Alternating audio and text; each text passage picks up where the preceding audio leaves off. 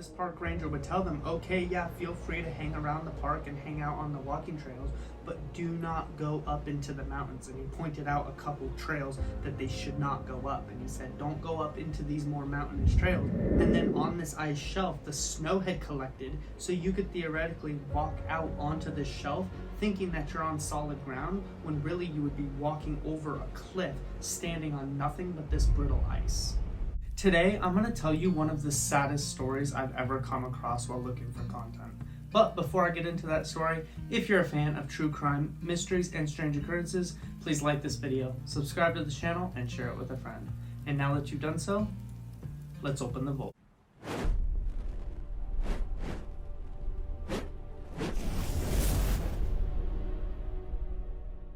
In the winter of 2014, a man was excited to take his wife and 3 children out on a weekend vacation in one of California's national parks. He was a very busy man with a stressful corporate job that he didn't get to take a lot of time off from, but this weekend was different. He had specifically planned this trip for these specific days, and he had told his boss and everybody at work that he was going to be away for the weekend, so don't try to call him, don't try to contact him. This was his time to spend with his family. And he was really excited to take his family into the mountains where they could get out and enjoy nature. And in the evenings, they would stay at a nice cozy lodge, and during the day, they could go out into the mountains and go hiking and picnicking and snowshoeing. Snowshoeing had always been one of his fondest memories as a child and something that he really enjoyed doing. And he wanted to give his own children the same kind of fond memories and fun experiences as he had had.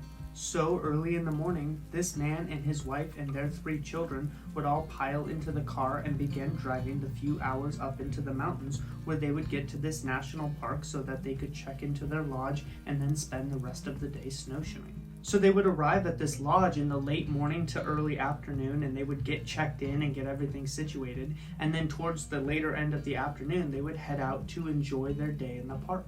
But there was one thing that was a little bit unexpected. You see, the man hadn't planned on the weather being much of an issue, but all that day the snow had been steadily falling in the park, and it didn't look like it was going to be letting up anytime soon. In fact, that winter had actually been a particularly bad winter in which they had been adding 1 to 2 feet of snow every couple of days in some of the more mountainous areas of the park. And so as the family was getting ready to go hiking and snowshoeing, the man's wife would turn to him and ask, "Are you sure it's going to be okay for us to go hiking around in the park with this cloud cover and this snow?" And the man just looked around and he said, "Oh yeah, it won't be a big deal. We won't go far today, and we'll keep an eye on things and just see how it goes." And so when everybody was packed up, they would strap on their snowshoes and they would head out into the park. And a little while after they had gotten into the park, the man and his family would run into a park ranger who they would stop and talk to for a little while. And this park ranger would ask them, what they were doing in the park that day and what their plans were for the day. And they would just tell this ranger that they had gotten a lodge to stay at in the evenings, and they were planning on just spending the day hanging out in the park and going hiking and snowshoeing on some of the hiking trails. And so this park ranger would tell them, okay, yeah, feel free to hang around the park and hang out on the walking trails, but do not go up into the mountains. And he pointed out a couple trails that they should not go up. And he said, don't go up into these more mountainous trails because the snow's coming down really hard and it's expected to get worse tonight. So don't go into the mountains because there's a good chance that you might get lost. In fact, the park had actually issued out a warning to all of its visitors not to go hiking in some of the more mountainous trails because they had had a few people go missing in recent weeks, and search and rescue teams in the park had been busy looking for people who had gotten lost. So after speaking to this park ranger and not really thinking too much of this, the man and his wife would head off into the park and spend the rest of the day hiking and picnicking and snowshoeing around and just really having a great time. It was such a relief to get out of the hustle and bustle of the city and to just get out into the mountains and breathe the fresh air, and everyone thought that this was just a very much needed break. And then at one point in the day, another man and his wife were walking around snowshoeing in the same kind of general area that this family was at. And this couple would look over and they would see these 5 people, the man and his wife and their 3 children, hiking around in some of the trails, and it looked like they were heading up into the mountains. Now, this man and his wife were also familiar with what the park ranger had said about not going on some of the more mountainous trails because it could be dangerous with the snow coming down and the fact that it might be dark soon. And so as this man and woman were watching the family head up into the mountains, they kind of take note of it, but they don't think too much of it. They just kind of think, okay, so they're heading up into the mountains, but they're probably just heading up a little way to get a good camera view so they can get a good family picture. So they would just kind of take note of what they saw and then continue off on their way. But little did they know, as they watched that family head off into the more mountainous trails, that would be the last time any of them were seen alive. Later that evening, the park ranger who had originally spoken to the family that morning and warned them not to go into the mountains decided that he was going to make sure that this family was safe. But when he went to check, he found out that this family had never checked out of the park. They had purchased a day pass to get into the park, and they were parked in like a day use parking lot. And after all the guests had gone home, this family's car was the only car left in that lot. So this park ranger would put out the word that maybe this family had gotten lost. And so within hours of them going missing, there was already a massive search to try to locate them and to try to figure out what had happened to them. And so as the word got out that this family was missing, one of the search and rescue officers, whose name was Katie, would actually end up speaking with a couple of witnesses. And these witnesses were actually the same man and woman who had seen this family head off into the more mountainous areas of the park.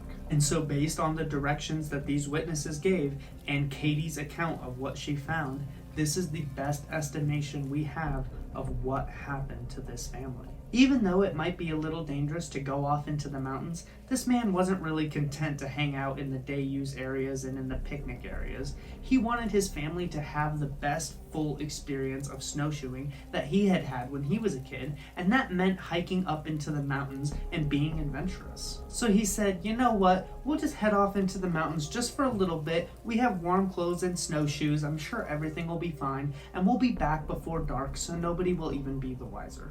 And so, as they're going up this mountainous trail, the path that they were on would quickly disappear because of the snow that was coming down. So they were just kind of hiking around, exploring on the side of the mountain without really a path that they were necessarily following. And it didn't take very long before they would get to an area that was not only unsafe, but it was so dangerous that it was actually completely off limits. Had they had been paying more attention, they probably would have seen warning signs saying to stay out of this area. But because the snow had fallen and may have obscured the signs, they didn't see any warning signs, and they would just continue on their way into this particular area. But the reason that this area was so dangerous was because on this particular part of the mountain, the ice and snow had collected to form kind of an ice shelf on the edge of the mountain. And then on this ice shelf, the snow had collected, so you could theoretically walk out onto this shelf thinking that you're on solid ground, when really you would be walking over a cliff,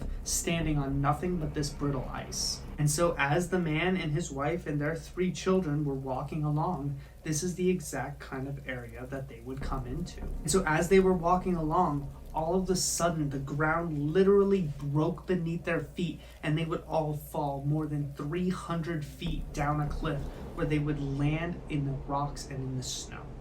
And when they fell, both of the parents as well as the oldest child would immediately die on impact.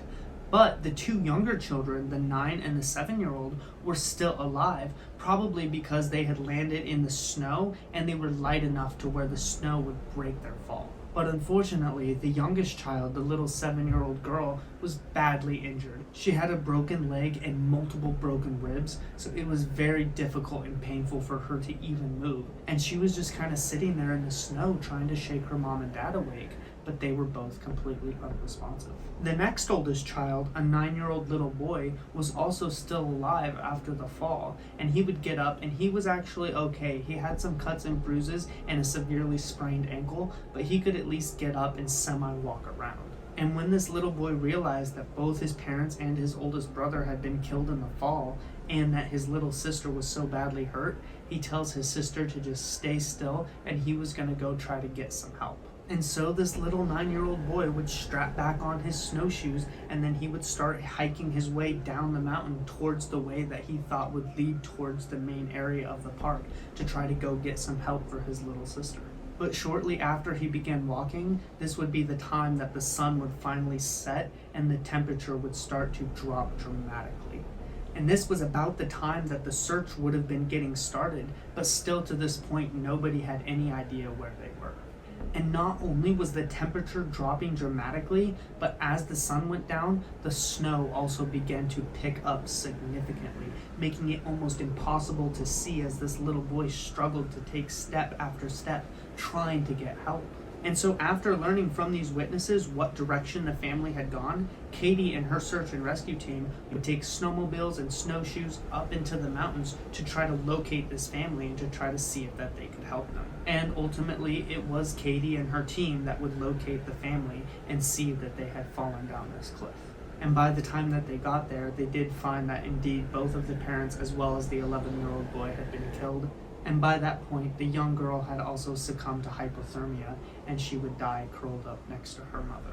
And Katie knew that this only accounted for 4 out of the 5 missing persons, and as they were kind of looking around the site of the accident, Katie saw some shoe prints that were still barely visible in the snow heading off down the mountain, and she thinks that that must be the 5th missing person. There might still be one more out there. And so Katie set off following these tracks, determined to find this boy. And it didn't take her very long until way off in the distance in the snow, she can see the figure of what looks like a person either standing or sitting in the snow a little ways up ahead. And so Katie would pick up her pace and begin walking as fast as she could towards this figure, thinking that this could be the boy that she was looking for. But when she got there, Katie could immediately tell 2 things. 1, that this was indeed the child that she was looking for, and 2, that he had also succumbed to hypothermia and frozen to death. But Katie said that the way in which this little boy had frozen to death just broke her heart, because he had died sitting down with his knees pressed up against his chest, and then he had his arms just kind of wrapped around his knees with his head down, buried in his arms, just trying to block the wind and keep the wind chill off of his face. And the last thing that Katie observed was that this boy had died crying, because when she grabbed his head and lifted up his chin, she could see that the tears had frozen to his cheeks. And as a search and rescue officer, Katie would say that in her time, she has come across a lot of disturbing scenes, but the sight of that 9-year-old boy frozen to death in that position is something that will stick with her forever. So that's it, guys. Thank you for watching this episode of StoryVault. If you enjoyed this episode, then I don't know what to tell you. There might be something wrong with you. Anyway, thank you so much for watching. I'll see you next time, but until then, be safe out there.